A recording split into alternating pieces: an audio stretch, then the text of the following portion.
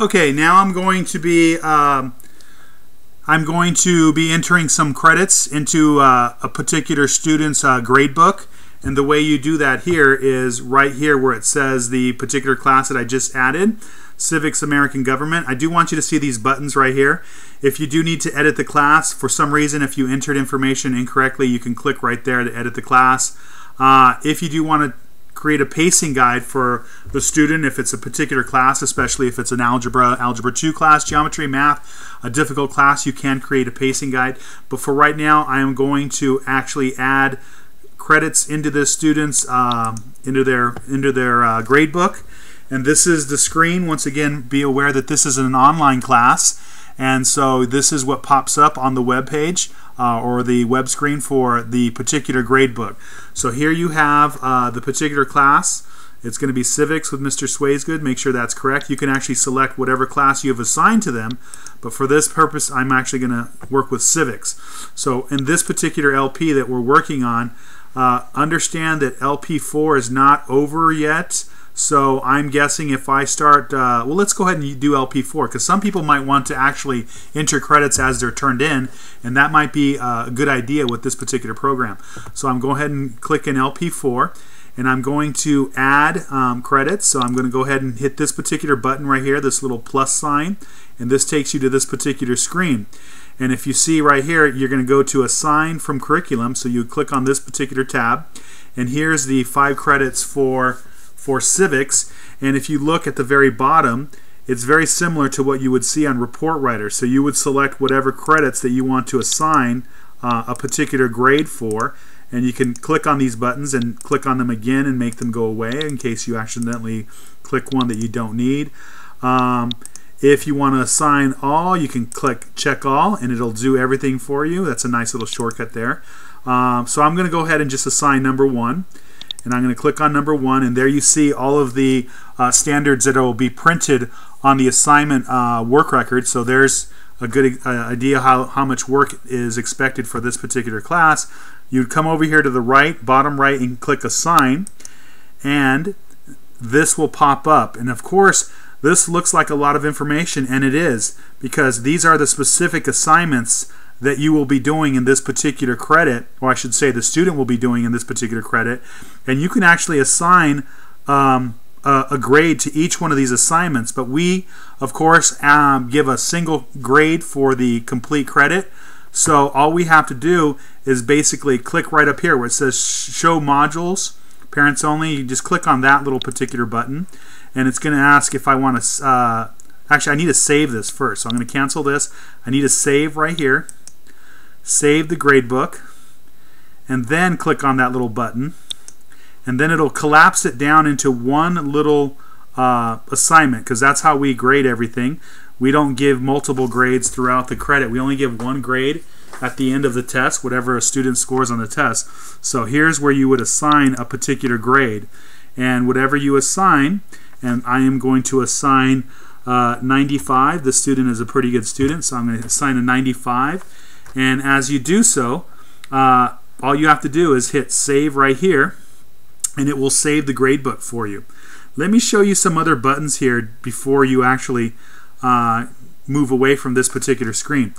Right here, there is the gear would be for the options menu for this particular gradebook.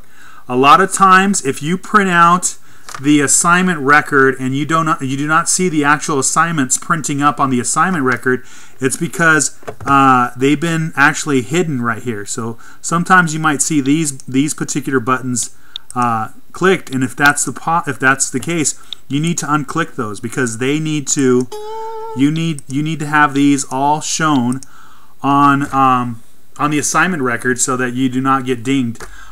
Because they have to be there. They have to be there. So if that ever is an issue, that's where you go to. You go to the little gear for options, and you come over here and make sure that everything is unchecked on those particular boxes. Okay, there's other things that you can do in this program, because a lot of different charters do use this particular program, not just Learn for Life. So there is a lot of power in this program. So I'm just showing you specifically what we use here at Antelope Valley Academy. So there's those particular items. I'm going to hit Set Options. Actually, I'm going to hit Cancel, so I go back to the default. So I have that all set. And then when I save, I'm going to go ahead and save my gradebook right here. It does save when you actually exit and you close the screen, but I feel much more comfortable to actually hitting the Save button. So I'm going to go ahead and click on that. And if you look right here, I entered that particular grade for that particular student. And if you want to check to see if that's the case, you can go to Reports, and you can go to Learning Period 4, and you can print up an assignment work record, so AWR right here. So if I click on that, I should see that I've placed civics credit number 1 on there, and it should be a 95% score. So if I look down here, I will see civics credit number 1, module number 1, right there, 95%. All of the assignments and objectives are printing, so this is correct. You can enter in grades as students turn in work, which is probably one of the main benefits of this particular program. So a lot of teachers already do that. So if you do that, it's going to make closeout a lot easier, because basically all you're going to be doing in closeout is printing up all of your assignment work records, your WSRs, and also your master agreements, which are right over here. To print up master agreements, you just click here, and all of this should be defaulted selected for you. I can see right here that frequency and location are not filled in. So if you need to do that, you need to make sure that you fill that in, and then you want to save it, save master agreement settings, so that this is saved as a default. If I hit my set from defaults, you will see that that information will be filled in for me. If I click right here, I don't think my defaults are set, so I'm going to have to actually enter that in. This would be weekly, and this would actually be location would be Palmdale campus. You click those, then you hit Save Master Agreement Settings. The Master Agreement Settings have been saved, and then that will allow me to use this set from defaults right here, so that everything is set correctly for the master agreements. When I need to print the master agreement, I just come down here to this print button, and it's going to print the master agreement, and there you can see the master agreement, and you can see that civics is on there, because once you add the class into the student's PLS, it automatically will place it on the master agreement for you, and that's what the master agreement looks like on the PLS. So if you have any questions, I'm always open to helping you with anything I can help you with. So feel free to give me a call or come visit me, or just get a hold of me, and I will try to help you as much as I can on this PLS.